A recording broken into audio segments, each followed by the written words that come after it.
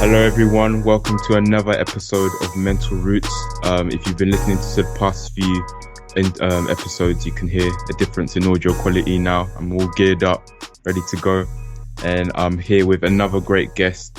But before I introduce him, I'll just remind those who are not familiar what this podcast is about. So Mental Roots, I started this mainly because I'm actually working on a commissioned short film, animated film at the moment, with the support of Rural Media and their new creative scheme for 16 to 30-year-olds. And this short film is basically exploring like a mental health breakdown from a Black British male's perspective, and kind of my own sort of like cultural experiences have gone into it. But I'm doing this podcast just as a kind of discussion point and research base for my project, and just to raise awareness about this issue in general, because mental health is this big thing that everyone talks about, but are we actually seeing the progress we want to see? So that's kind of what I'm about. And this is episode 7, and I'm here with the great Dej the Ego. Dej, do you want to just introduce yourself, say what you're about, and we'll get into it? First of all, thank you for bringing me onto the podcast. Always appreciate it. I am Dej the Ego, Dej.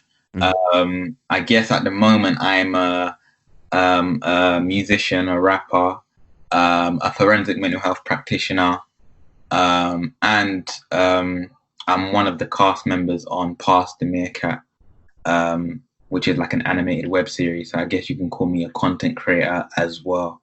That's me. That's me in a nutshell. Awesome. Cool. Let me get on my questions because I kind of forgot them for a minute. No. But I mean, this is going to be an interesting convo. So just introduce yourself, say like how and where you grew up, and just kind of what shaped your identity growing up. So I've had a really like unorthodox like upbringing, I think. I was born in London. I don't remember why, but my dad really wasn't around for the first 5 years. I think he was like in Nigeria. So I think from the age of 0 to 5, my mum struggled to kind of look after me and my brother. She was almost a single mum in London, working 2 jobs, had to look after me and my brother, and obviously didn't have the time to do that. Sorry, I think there's some kids just shouting outside. It's so noisy. She put us into foster care, voluntary, so it wasn't like a situation. It wasn't like a social service sort of situation. It was like I think it was like private foster care. And I went to go live down in Portsmouth. So I remember part of year one, and I think reception as well. It's all a bit of a blur, but I remember being in Portsmouth for about a year. Really different to London, of course. Like I think me and my brother were like the only Black kids in the playground. Really weird, like living with just a very, very different family, like an older white family. They had a dog, a massive garden. There was a farm right next to my house, which we go to all the time. So really weird time, like in comparison to most people's lives that grew up in London. Then I came back to London and stayed with my mum. She was still kind of struggling, but after like a year 1 or year 2, year 3, I think, my dad comes back to the country, and then he's kind of helping out. Things are a bit more smooth. I get through primary school. I was a bit of a naughty child, but I get through primary school. I was a naughty child, but I was very like good academically. So I get through primary school. I go to secondary school. I start getting into more trouble, a couple of exclusions here and there. Started kind of chilling in the hood, like got into a bit of a gang, became an MC, which came with its own troubles as well. So then I complete secondary school. Even though I got excluded, I kept returning, and I completed secondary school, got pretty decent GCSEs, and then I was kind of like good at MC and a known MC in the end at the same time. So then I go off to college. My mum made sure that I went to a college very far away. So in Essex, a college called Havering Sixth Form, a very, very Havering Sixth. Yo, I grew up. I lived in Romford for like 11 years with my family. So Sweet, yeah. yeah, I know about like most of the people from my school, Royal Liberty School. It was an all boys secondary school. They Yeah. went to like college, College. either at Havering College or Havering Sixth Form Yeah. College. Yeah, Yeah. So like, yeah, Havering College was a bit down the road, and Havering Sixth Form was known as the place where if you were kind of smarter, a bit more academically, yeah.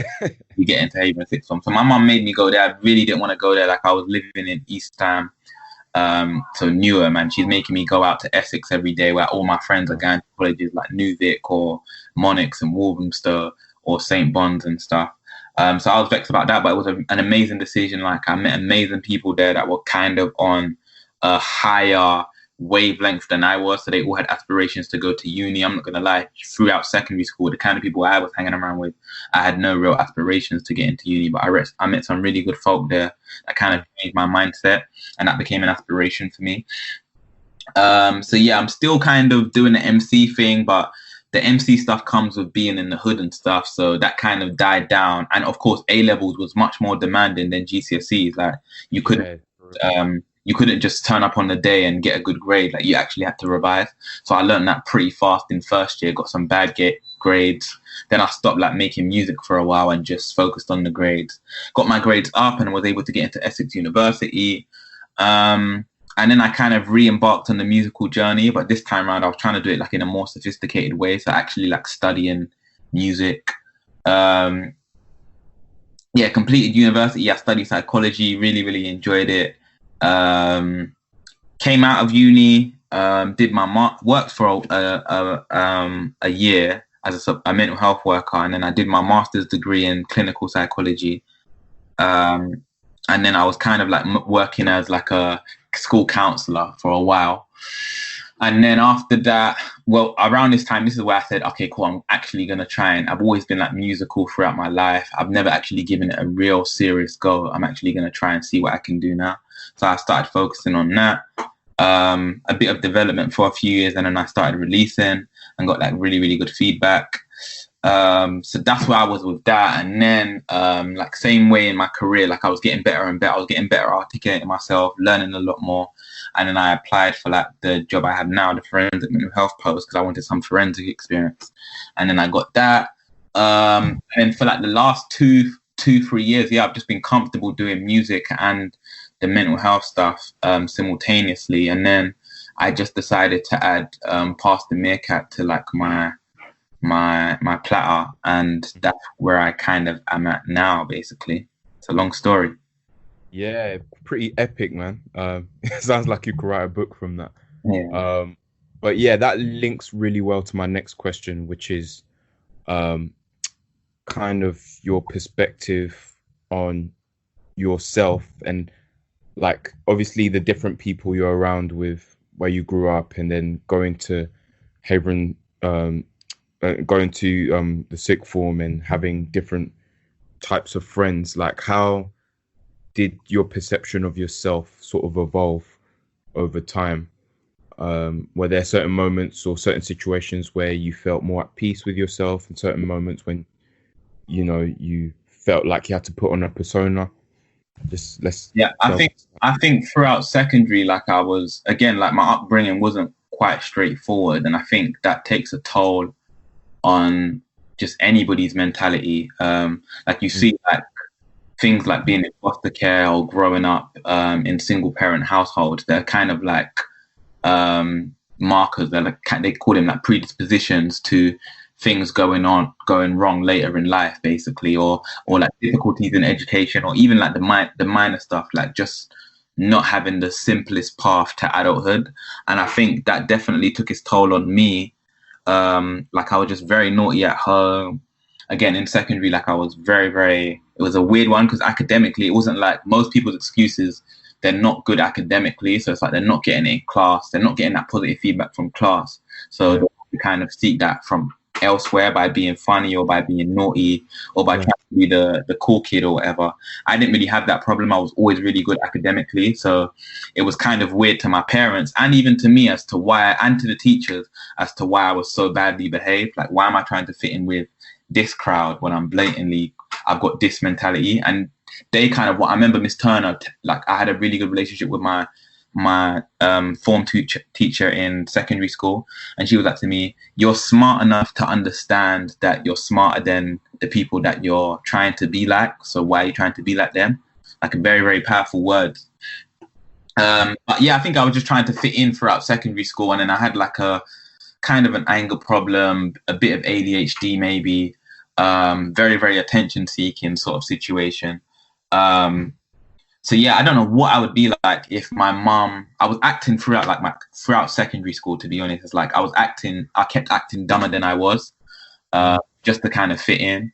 And I think that probably would have continued, because it's hard to get out of that like peer pressure, conformity sort of mindset, unless you're taken totally out of that situation, and then you're around different people with a different mentality, and then you still have the peer pressure and conformity, but it's channeled into something more positive. So it's like I was trying to conform into, yeah, I want to go to uni as well, until that actually became my actual dream, my actual goal. So yeah, definitely in that secondary to college little period, I did a lot of development, like mentally. And then when I got to college, it's like I was able to I was studying psychology at the same time as well. So like a very introspective topic. I was able to kind of look back on how I was in secondary and think to myself, it got me through it. Like it definitely got me through it. And I was able to get good grades and really, really enjoy myself as well. A lot of people get good grades, but they don't enjoy themselves. But I was able to get good grades and still be a popular kid. But that definitely needed to die at year 11 and not go into college, and sixth form wouldn't have ran, basically. Yeah. Okay, cool. So next question. How do you, like, as you were growing up, would you say you were quite conscious of the fact that you were a black young man growing up, and were you, like, how aware were you of the racial factors of your experience in terms of trying to find where you fit in and stuff? Like, was that something you were thinking about, or is it more of a retrospective thing that you've noticed looking back? Yeah, definitely for me, retrospective. I think the one time where that whole experience would have been amplified would have been when I was in Portsmouth again. Like, I don't remember anything, but I do just remember that me and my brother were like the only black people in the school. I don't even know why I remember that. Like, I don't know if something was said to me that's fed into my subconscious that kept me conscious that I was the only, like, one of the only black people in the school. But there is I know that was the truth. But I don't remember it being a bad experience. I don't remember experiencing racism. Maybe I was too young for that. And then by the time I was old enough to be conscious of those kind of things, I was submerged in a very, very multicultural area. Like, first stop Hackney, second stop Newham, basically. So like I was around black people in my area, in my school. I went to Brampton Manor, now known as Brampton Academy, so very, very black. So yeah, like I was never really aware of racism. Ironically, I've never been stopped and searched. So I know that's a lot of people's experience. That's where they experience racism. A lot of black men through stop and search and through their encounters with authorities like police and stuff. I never had that. Even though I was about in gangs, I don't remember being stopped and searched once in my life ever, which is probably just like a unicorn experience, like a very rare experience. But that's same for me. I mean, well, to be fair, my background, I grew up in a very, sheltered background. So obviously when I was in South London, I was really young, so I wouldn't have known anything about the streets or whatnot. Yeah. But yeah, I mean, I grew up my parents were very devout Christians and still are. I don't know if your background is similar. Yeah. But yeah, I mean, I've always known, all I've known all my life is work hard, trust God, and I mean, I guess from a young age, I knew that there was something different about me being in Britain. Like, for some reason, I just had to work harder to get to where all my sort of friends were at. Race wasn't something I thought about all the time, but there'll be odd moments where I just felt like my parents were just too much, you know. When I was little, it's like, why did it have to be so strict? But obviously now that I'm older, I look back and I see the good of where that's brought me. So yeah, I mean, same for me. I've never experienced someone being outright racist to me, and I guess it's important that we all tell our stories, and I think a big thing that a lot of us as black men struggle with is performativity, right? We only see certain types of role models that look like us on the media, and we feel like if we haven't been exposed to some sort of gang life, or we're not that street privy, then we're not quote unquote black enough, or we're not real enough. And that's kind of something I grappled with growing up, and that's probably what fed into my curiosity about hip hop. Me growing up, hip hop was like a private thing that I had to enjoy by myself. I didn't really feel free to talk about it or to be open about it with family around. It kind of felt like a different world from them, and it was this kind of private thing where that sparked my curiosity and got me really wondering what it means to be really black. So that was a big thing that I grappled with, because I was not the cool kid in school. I was I was that kid in his own world doing cartwheels on the field with no friends to talk to. I was quite hyperactive growing up, had a lot of energy. And when I was that sort of kid where if the kids around me didn't reciprocate that energy, I was like, I'd rather just be by myself, you know. So yeah, I understand what it means to be very different from what is perceived as the norm, which obviously we know now is quite silly, all these stereotypes that are glorified. But yeah, let's get into like how you got into sort of mental health counselling. And I've heard your podcast interviews with I can't remember their names, but like it's amazing how you've been able to reach out to other people like yourself through the profession of being a counsellor. What gave you that vision that you could do it? Like, what inspired you and made you think I could actually do this? You up to any, you know? It's weird because I know the first thing, the foundation was built upon like my love for psychology, basically. Like I just loved studying the human mind, predicting human behavior. It was that, and then the combination of just being like a really good talker, like just having really good articulation, and then just like being the person that my friends kind of come to have conversations and stuff. Mainly my female friends at the time, like when I was back in college, just being like that person to talk to. Just because of the way I talk, even though I didn't have like a lot of life experience, or I hadn't been through what they had been through, it's just the way I kind of predict things, understand the human mind, and then just like a lot of it is down to articulation. A lot of counselling is down to the way you can articulate yourself. So yeah, like the love for psychology, and then that, and then I'm one of these people with like, if I am good at something, I tend to enjoy it. So I remember just the grades I was getting in psychology A level in comparison to like computing, math or PE. Like psychology, it was just really easy for me. Like I was doing essay exams and getting like 91 out of 100. And the teacher, like, this is just like, it's not making sense, but it's like, this is what you deserve. And it's just like, I was really good at it and I just really, really enjoyed it. So I just pursued it basically. Like I didn't even know what the landscape looked like when I was in college or when I was going into uni. I didn't know what the work landscape for like counselling, psychotherapy, CBT, clinical psychology, like all these different branches. I didn't know what that looked like. I just knew that I was a fan of the talking therapies, or the talking cure, as you would call it, like the idea that having conversations with somebody over and over, like reinforcement and just talking things out, can really help the human mind and help you to gain an understanding about other human beings.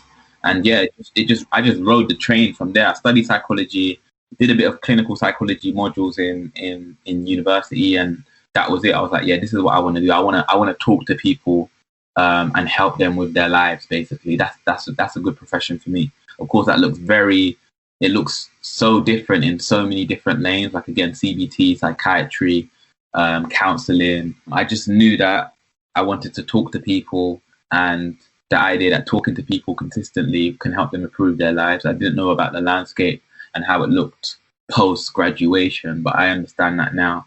That's kind of how I got here, and that's kind of how I've chosen my path. Like I haven't gone too intense. Like I want to do psychiatry and prescribe medication. I really just like talking to people and helping them with their problems. And the most basic form of that in the field is probably counselling. And so that's what I can do, or like just being a mental health practitioner in general, to be honest. Yeah. And so people get a good picture of what your profession is, I guess, at what point in the timeline of intervention are you? Are you quite early on intervening, or is it quite last minute cases you deal with, if that makes sense? At the moment, in the forensic mental health practitioner post, it depends, it's like a spectrum. So it's quite early on in terms of mental health intervention, like as in like they're not at crisis point when I'm meeting with them. They sometimes can be, but they're not really. But they are further down the line in terms of like offending. So again, I work in forensics, which means I work with people coming through the criminal justice system. So it might be that they've just come out of prison and they've committed an offense.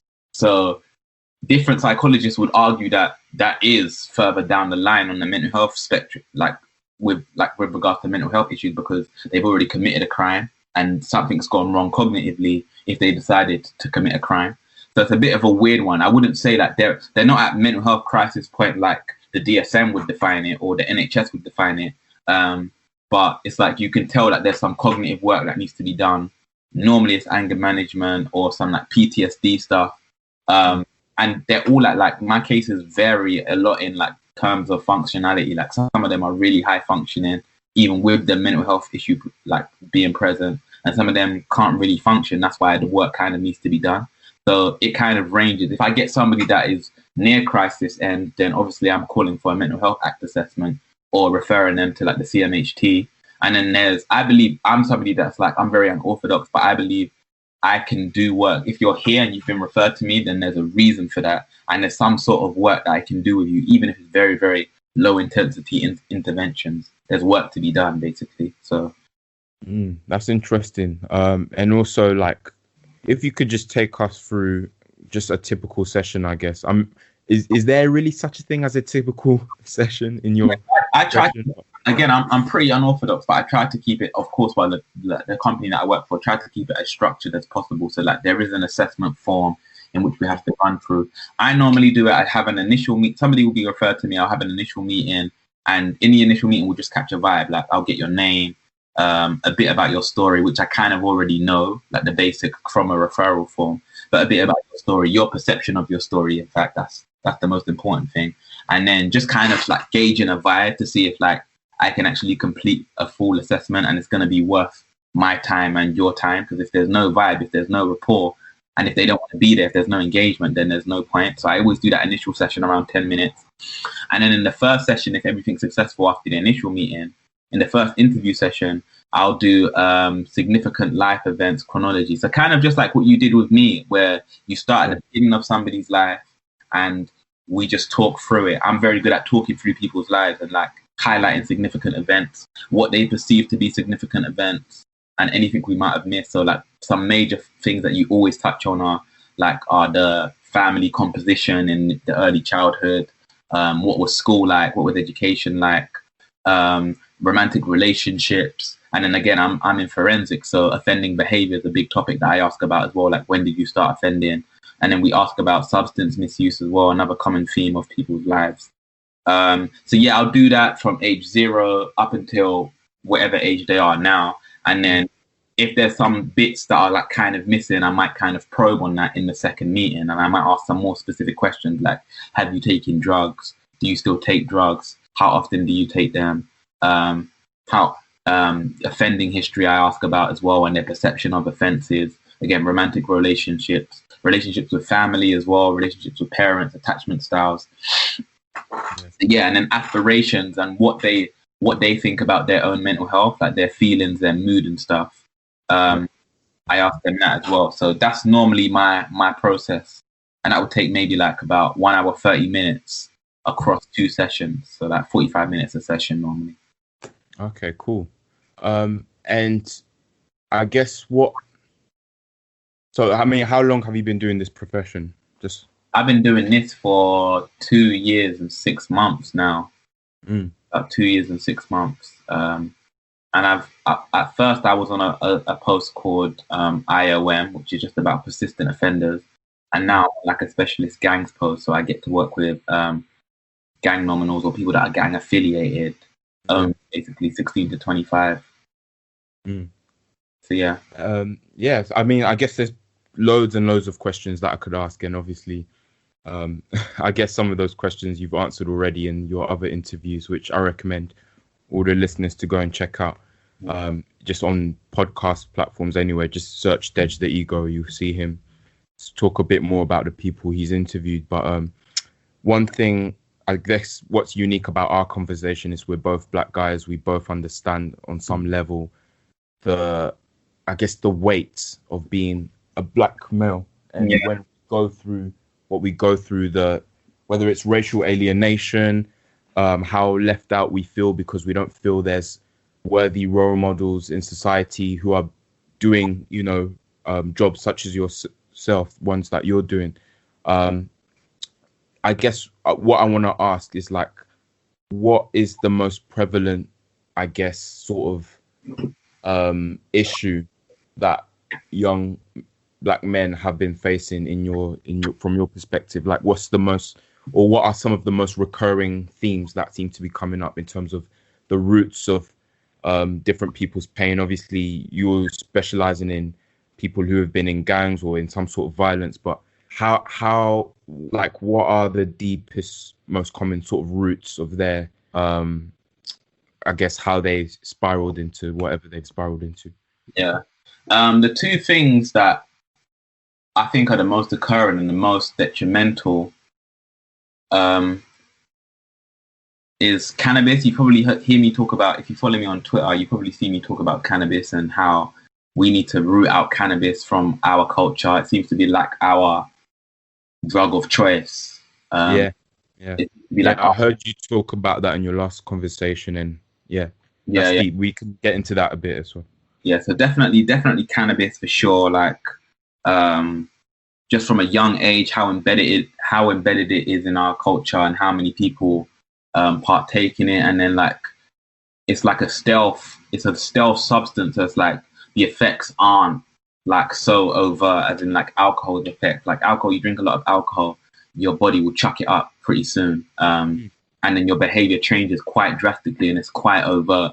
With cannabis, it's like a slow stealth killer, like damaging the brain over the course of time. Like you can smoke it every day and appear to be like proper functioning. And you're smoking it for 15 years. People don't even really see it as an addiction anymore. It's just like a way of life. And like, I think that's doing us a lot of harm, just like a bunch of issues that stem from cannabis, which I won't get too much into. And then the second biggest thing is, again, just like another sustained thing, but it's just like the acting that we have to do as black men, like as in like the notion that we can't be vulnerable, and like having to always perceive as being strong, throughout like childhood, adolescence, adulthood. It's just taxing on the brain, like especially when it's so long term. Like you can pretend to be strong for a week or a month, but when you're having to do that for like 20 years of your life, like and like men go like about 10 years without crying or something. Whew. It's like, it's not really helpful. It's not really healthy. Even me at the moment, I'm struggling with that. Like you want to be perceived as a man because that's how you're supposed to be perceived, and that's what's deemed attractive or correct in this day and age. Like, and that can be taxing. That's another one where it would be very, very hard to research and very, very hard to get like the clear measures and the outcomes and the effect that it has. But it's one of those ones where you just know that having to act for a certain amount of time is mentally taxing, and anything mentally taxing is going to have an effect on behavior and mentality and cognitions and everything, and emotional well-being. So yeah, man, that's two things for me. Yeah, and you've got just that experience that we've been having, and then on top of that, 2020 comes, lockdown happens. How have you, obviously, like your last interview was quite early on in lockdown, but just for you, like how has lockdown been so far? And have you still been doing a bit of counselling online, or like how has your profession been influenced? So for me personally, it's been all okay. At the beginning, it was like really, really jarring because I'm quite a social person. Like I like to be around people. I like to talk and have discussions. So just having that taken away, like the whole like being able to go out and enjoy yourself. I had really big plans for this summer as well, which all got like chucked out the window with regards to like going on holidays, a couple like press things for like my music and past the meerkat. So that was really upsetting, but like I kind of became accustomed to it. It kind of reminded me like, listen, the world can chuck anything at you, and you just gotta like live your life, be happy day to day, to be honest, because like anything can just be thrown at you. Like an asteroid can hit the world tomorrow and can change. Like there could be no internet. So like you just gotta live your life to the fullest while you have that and appreciate the things that you kind of take for granted. And now I'm kind of accustomed to it. I don't like it. I still like it better when it was lockdown and when we didn't have to wear masks and when everybody was okay to be around each other. But it's one of those it is what it is situations at this stage. It's like I have to get through it. I can't stay in. I adapt pretty quickly. So I can't stay in like a period of like being upset for like long term. Like I adapt. I'm like if this is what it is, then I have to find myself. I have to find my happiness within this landscape. That's how I see things most of the time. With regards to work, again, it's like we're getting on with it. They're trying to find ways to get on with it, but it's just, and it's getting better as time goes along as we get more used to it, but it's just not the same. Like it's never going to be the same as like day-to-day stuff. Like before lockdown came into play, I would have never done a remote assessment or a virtual assessment or an over the phone. Like I would have 100% said like, no, we have to do it face to face. Like it won't work over the phone. And now I'm having to do that anyway. So my assessments aren't as engaging. They aren't as complete. I don't feel like I'm gaining as much as it as before, but it is what it is situation. If I don't do this, then it's like I'm not going to be doing anything. So I'm just hoping it returns to normal soon.